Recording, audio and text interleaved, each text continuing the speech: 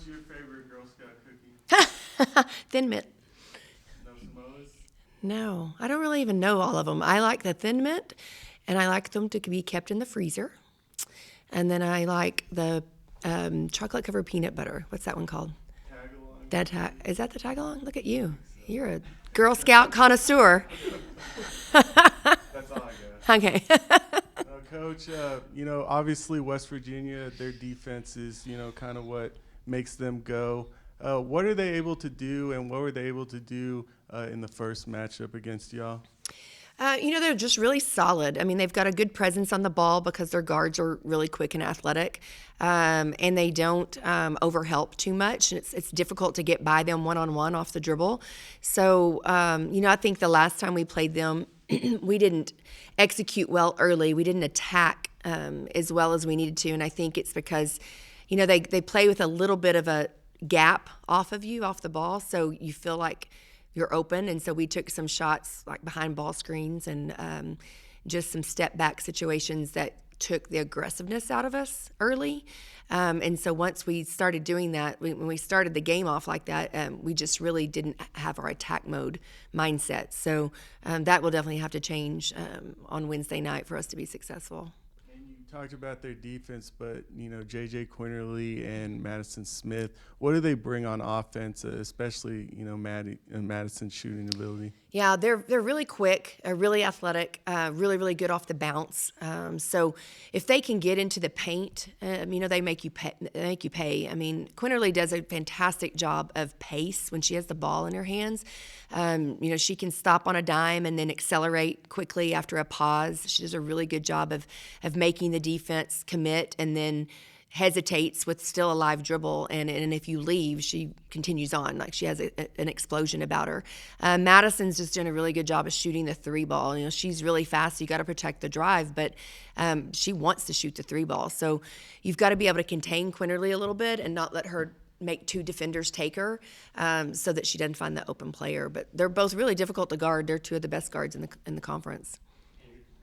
Coach, what's been the message to the underclassmen in the locker room as you inch closer to the Big 12 tournament, a tournament with such high stakes? Yeah, the message has been and continues to be just how difficult the Big 12 play is, and then obviously how difficult the tournament will be as well, but that, we have every opportunity to be successful at the end of this conference race and then also into the tournament. But I think more so for our underclassmen, it's just being able to push through this point in the season. It's a long season. It's a lot of basketball. It's physically exhausting and mentally exhausting because it's so physically tough. And I think that particularly our freshmen, they're used to their season being finished around the end of February, where, really it's really crunch time for us. So I think just having to show up every single night and really perform at a high level and be mentally and physically tough is something that we've been really talking to them about. Coach, as this season progressed, you had goals from Greece all the way to here. Where is this team right now, and is this team prepared for these last couple of games and prepared to get ready for the Big 12 tournament? Yeah. I think that we have been really competitive, and I think that our kids have really competed night in and night out. We have not been able to finish games in conference to be able to get wins where we thought we would. And so that has been difficult for us, but at the same time, I think our kids have really fought hard, and I think that they've continued to give us everything they have. We have to not only finish strong, but we got to stay healthy. And, we're pretty beat up after the last game and a half that we played. So we've got to stay healthy and try to keep our legs under us as much as possible. We've got some upperclassmen that are playing a lot of minutes, and, their bodies are really grinding right now, and we've got to continue to really fuel them and keep them healthy and finish strong, because I think we still can do some really great things in this conference race and in the conference tournament and postseason. And it's hard for kids to understand that. It's hard for coaches to understand that. It's hard for fan bases to understand that when you're in a difficult conference race, you still have a lot to play for, and a lot of things can happen. And it really is about staying positive and staying just getting back up and fighting and continuing to fight and finding ways to get those wins, because we've let a few slip by us here lately that could put us in a different position, and could obviously help our mindset. Where is this team in your mind from where you wanted to be from the rebuild to now, and are you closer than where you thought you'd be at this time for where you want to be, which is the postseason? Yeah, for sure. It's hard to evaluate when you're in the thick of things, because obviously, you're in the heat of the battle right now, and you're still trying to scrap and claw your way to some wins and to improving your seeding. But to be quite honest, just the way that we have gone about rebuilding this and the conditions that we came in on, and just, it's a process, and it takes time. I mean, it takes a lot of time, and I'm not very patient, and I know other people aren't patient, and we want to get there a lot faster than maybe we are right now. But at the same time, I think we're making huge strides. I mean, huge strides. Even just, on the external factors, like our fan base, like we have had fantastic crowds, and our fans have really loved watching this team play, win or lose. And I think that is a huge step in the direction that we want this program to go. I think our young kids are getting some really valuable minutes and learning a lot of valuable lessons right now, that are going to absolutely help them next year and years to come. And our seniors are giving us all they have. And it's not like these seniors grew up in this program. They came in and have tried to help us as best they can, and they're giving us all they have right now. So I really am really proud of where we are. Clearly, I want us to be farther along in the win column, not only for our team, but for this program, and for those that don't understand the process and don't understand how difficult it is to build and to build it right. Because again, we are not trying to come in and just do this as a quick fix. This is for stability for a long time, and like we want this program to be successful year in and year out, and I think we're doing it the right way with the young kids that we have coming in.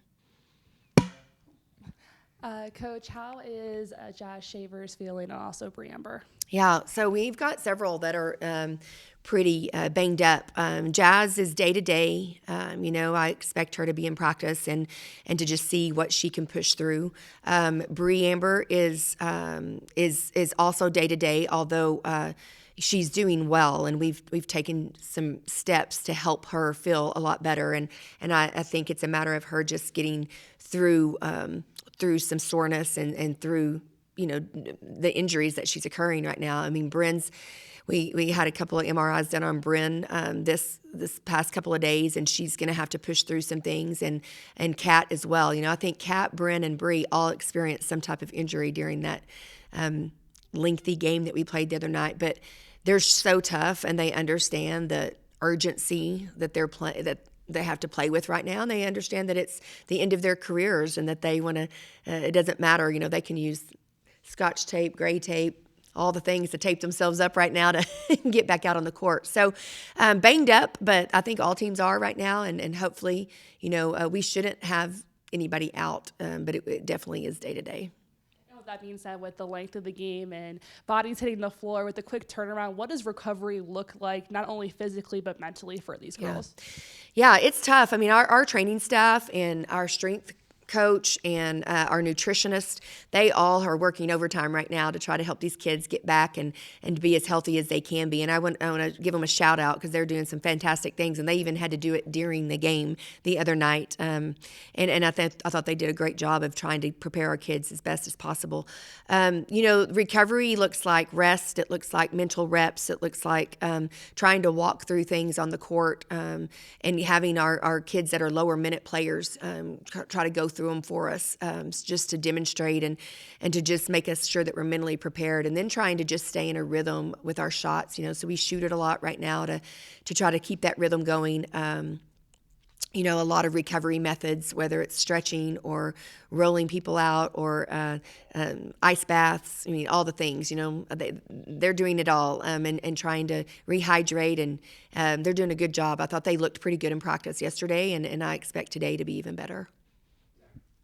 Coach, you mentioned it earlier how your girls, they tend to be able to come back from those deficits in the game and just unable to get past that hump. And then you go back to West Virginia. I mean, you bring it from 12 to 4 in a span of 30 seconds. What seems to be the hump to be able to try and get over? Yeah, I think we have to start better. We keep getting ourselves in a hole, and we're using a lot of energy to get out of that hole. I do know that our kids believe that they can come back, but there's some mental errors that we're making early, whether it be we had a lot of offensive fouls in the first half against Oklahoma State, whether that had been a charge or a illegal picks that were turnovers for us, and so they're empty possessions, and so just that type of thing, like just being disciplined and waiting on screens and being disciplined and setting good, strong screens and not illegal screens. Those types of things will help us. And then also just attacking more. We have to have an attack mindset from the get-go and get stops on defense. But I do think that I'm proud of our kids' effort, and they know that they can come back. I just need them to quit relying on that comeback.